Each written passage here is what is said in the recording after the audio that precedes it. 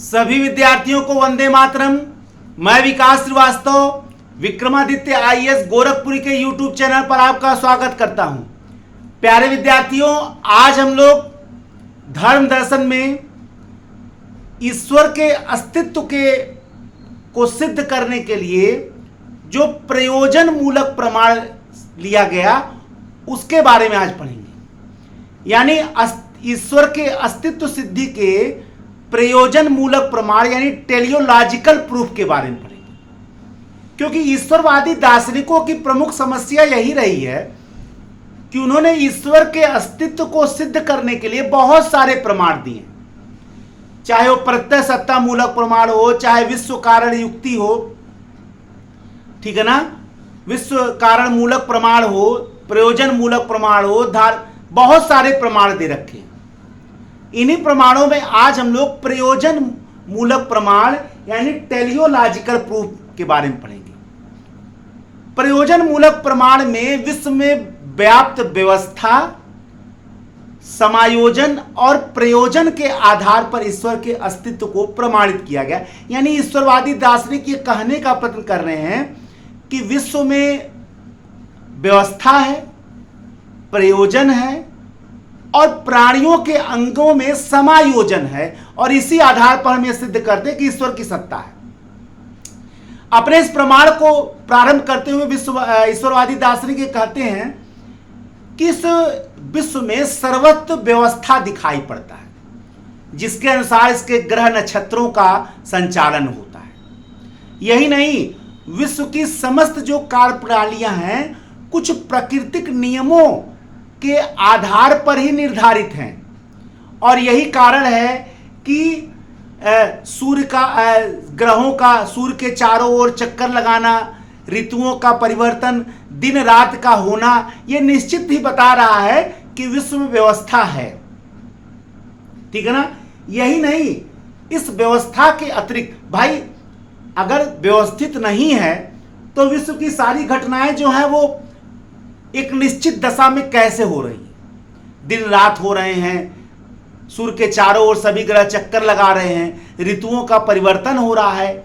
ये कहीं ना कहीं इस बात को बता रहा है कि विश्व की सारी घटनाएं जो हैं, जो भी प्राकृतिक घटनाएं हैं, वो व्यवस्थित हैं और कुछ निश्चित नियमों के अनुसार ही घटित हो रही हैं। इसके अलावा ईश्वरवादी दार्शनिक कह रहे हैं कि विभिन्न जो प्राणी हैं उनके अंगों में समायोजन भी दिखाई दे रहा है। भाई अगर कोई जलचर है तो जल में रहने लायक उसके अंग बने हैं, अगर कोई नभचर है तो नभचर में नभ में रहने लायक उसके अंग हैं, अगर कोई एम्फीबिया है जलस्थलीय जीव यानी वो जल में रह रहा है और थल पे रह रहा है, तो भी वो एम्फीबिया बनाया गया इस ढंग से कि जल थल दोनों में रह ले। इसका मतलब कोई तो है जो समायोजन इनके अंगों में किया है।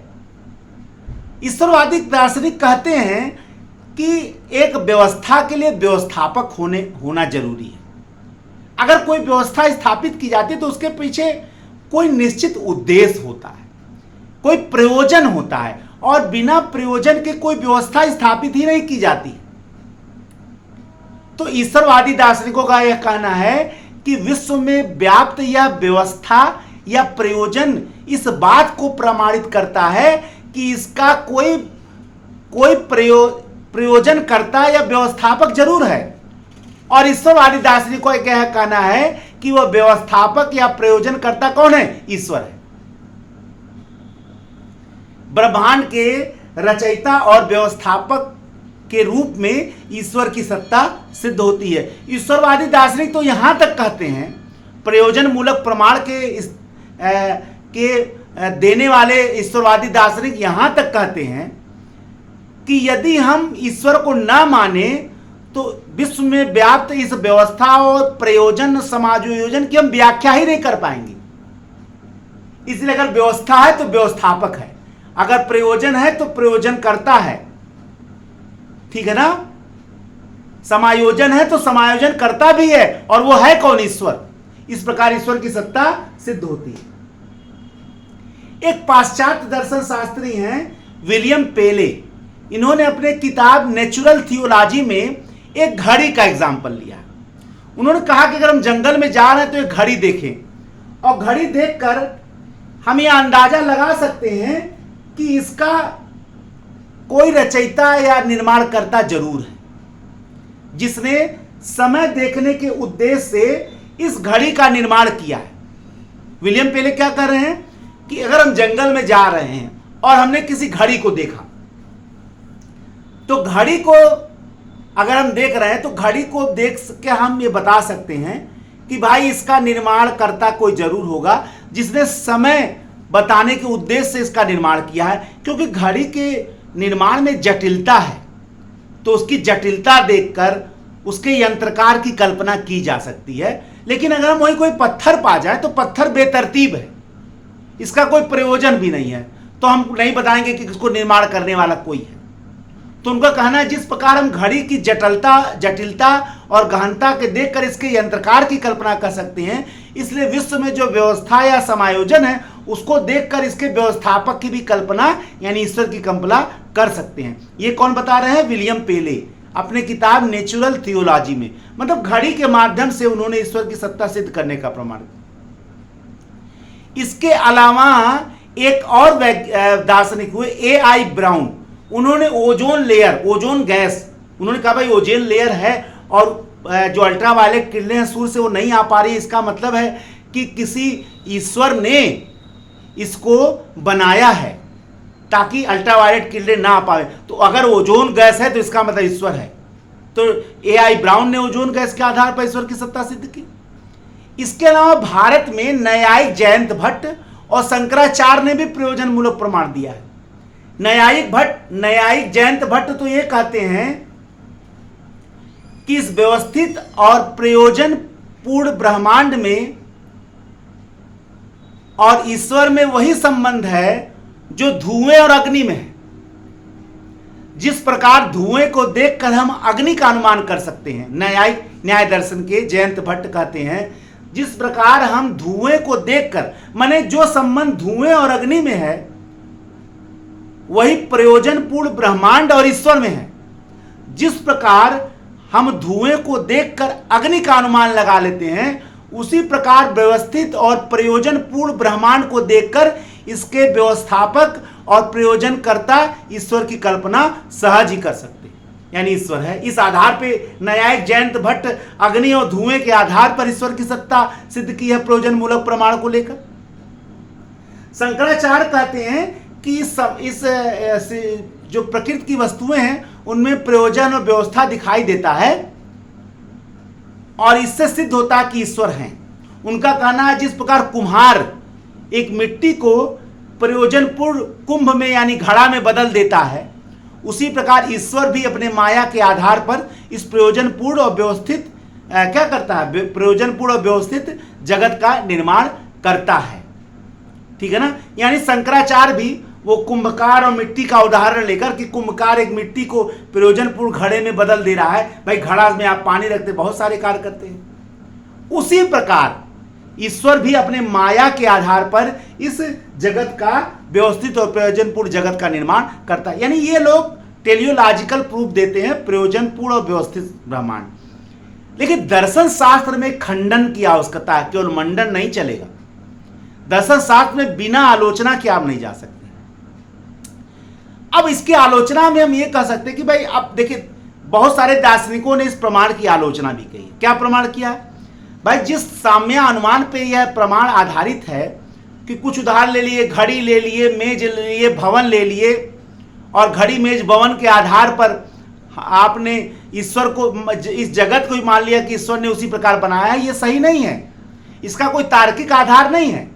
हमने घड़ी मेज भवन को बनाने वाले निर्माणकर्ता को बार बार देखा है और तब हम कह सकते कि इस घड़ी को कोई घड़ी का निर्माता है, इस भवन का कोई भवन का निर्माता है। लेकिन हमने ईश्वर को, इस जगत को, इस विश्व को बनाने की बार बार नहीं देखा है, तो हम किस आधार पे कह सकते हैं कि ईश्वर ने इस ब्रह्मांड, अगर हम बार बार देखे होते कि ईश्वर बार बार इस विश्व को, इस जगत को बनाया तो हम कह देते कि भाई इसका निर्माण ईश्वर ने किया है।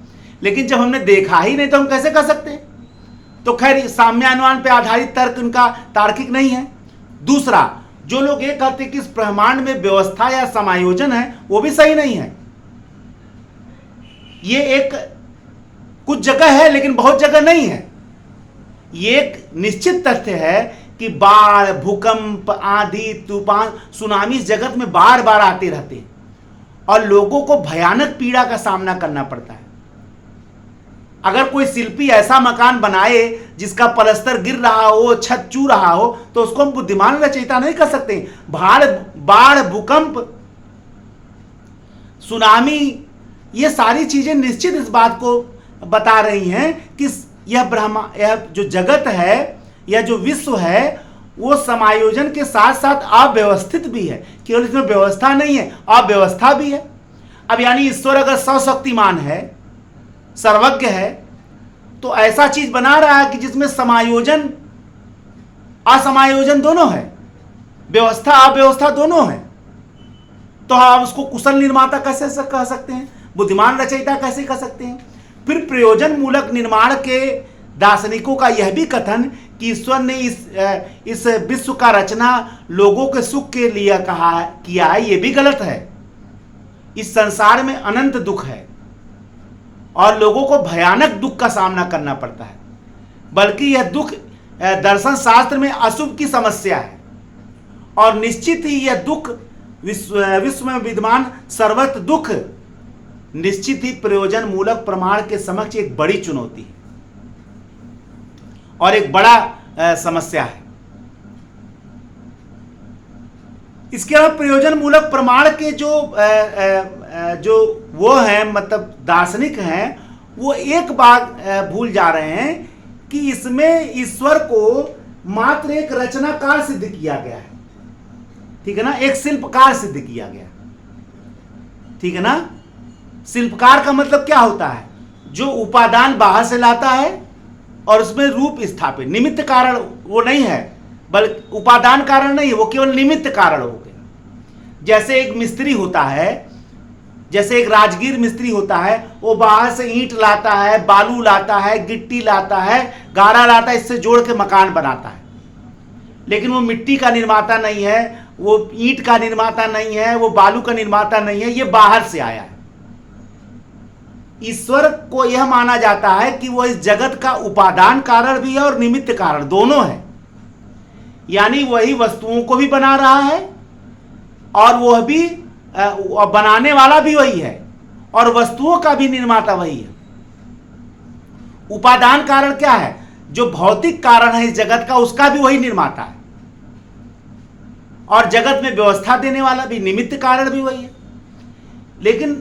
लेकिन जो प्रयोजन मूलक प्रमाण के दार्शनिक हैं, वो ये मान रहे हैं कि वस्तुएं थी, ईश्वर ने मात्र व्यवस्था दिया है। वस्तुओं, जगत के जो उपादान हैं उसका कारण वो नहीं है, वो केवल निमित्त कारण है। यानी वो ईश्वर को क्या सिद्ध कर रहे हैं? मात्र शिल्पकार की वस्तुएं विद्यमान थी, ईश्वर ने वह व्यवस्था बनाया है। यानी ईश्वर, आप देख लीजिए कि इस प्रयोजन मूलक प्रमाण में ईश्वर उपादान कारण नहीं है, बस निमित्त कारण यानी शिल्पकार है। उसने केवल व्यवस्था दिया है, वस्तुएं विद्यमान थी और उसने व्यवस्था दिया व्यवस्थापक के रूप में। ईश्वरवाद यह मानता है, अगर वास्तविक ईश्वरवाद को देखा जाए तो यह मानता कि ईश्वर निमित्त कारण भी है और ईश्वर उपादान कारण भी है। लेकिन प्रयोजन मूलक प्रमाण के जो दार्शनिक हैं, वो ईश्वर को केवल निमित्त कारण यानी व्यवस्थापक मानते हैं। यानी ईश्वरवाद सीमित हो जाता है, इससे ईश्वरवाद खंडित हो गया। ईश्वरवाद तभी जब उपादान और निमित्त कारण दोनों है, लेकिन प्रयोजन मूलक प्रमाण के जो दार्शनिक हैं, वो ईश्वर को केवल निमित्त कारण यानी व्यवस्थापक मान रहे हैं, उपादान कारण नहीं मान रहे। इसके बाद ये डार्विन का जो योग्यतम उत्तरजीविता का सिद्धांत है कि योग्य व्यक्ति ही आगे बढ़ेंगे, जिएंगे, जो जीवन संघर्ष में आगे बढ़ेगा, जीवित रहेगा, वही आगे बढ़ेगा, उसको भी समाप्त कर दे रहा है। ये प्री प्लान्ड व्यक्ति के जीवन को बना दे रहा है कि हाँ, ईश्वर ने बनाया प्री प्लान्ड, यानी आदमी अपने योग्यता से जिएगा, वो नहीं, प्री प्लान्ड है, पहले से निर्धारित है। उसका भी विरोध कर रहा है, यानी वैज्ञानिक नहीं हुआ ये कारण, ठीक है ना। कुछ भी हो, प्रयोजन मूलक प्रमाण के दार्शनिकों ने निश्चित ही कोशिश किया ईश्वर की सत्ता को स्थापित करने के, लेकिन तमाम आलोचनाओं के आधार पर यह नहीं कहा जा सकता कि उनका प्रमाण तर्क संगत है। लेकिन वास्तव में यह अगर देखा जाए, इसका निष्कर्ष तो यही कहा जा सकता है कि वास्तव में ईश्वर तर्क का साधन नहीं है। ईश्वर वास्तव में आस्था का आधार है, ठीक है ना। और इसीलिए कांट ने भी माना है कि तर्क के माध्यम से ईश्वर को प्राप्त नहीं किया जा सकता है। ईश्वर को प्राप्त करने का एकमात्र आधार क्या है? आस्था है, ठीक है ना। यानी ईश्वर को तर्क के आधार पर सिद्ध नहीं किया जा सकता है। इसीलिए तर्क जितने भी प्रमाण दिए गए ईश्वर की सत्ता को, सबका आलोचना हुआ है। तो निष्कर्ष में आप कह सकते हैं वास्तव में ईश्वर तर्क का साधन नहीं है, बल्कि उसको जानने का एकमात्र आधार आस्था और श्रद्धा है। यही कारण है कांट ने भी माना है कि ईश्वर को तर्क के आधार पर सिद्ध नहीं किया जा सकता, बल्कि उसको आस्था और श्रद्धा के आधार पर ही जाना जा सकता है। ये निष्कर्ष है। आप जब भी ईश्वर अस्तित्व का प्रमाण करिए तो निश्चित ही निष्कर्ष में आप ये ले सकते हैं। बहुत ज़्यादा टेढ़ा मेढ़ा निष्कर्ष लिखने की आवश्यकता नहीं, ठीक है ना। ये प्रयोजन मूलक प्रमाण आज मैंने आपको बता दिया, उसका खंडन भी बता दिया, आलोचना ही बता दिया और निष्कर्ष ही बता दिया, ठीक है। एक नए दर्शन के लेक्चर के साथ मैं आपके समक्ष पुनः उपस्थित होऊंगा। तब तक के लिए जय हिंद, जय भारत, वंदे मातरम, धन्यवाद।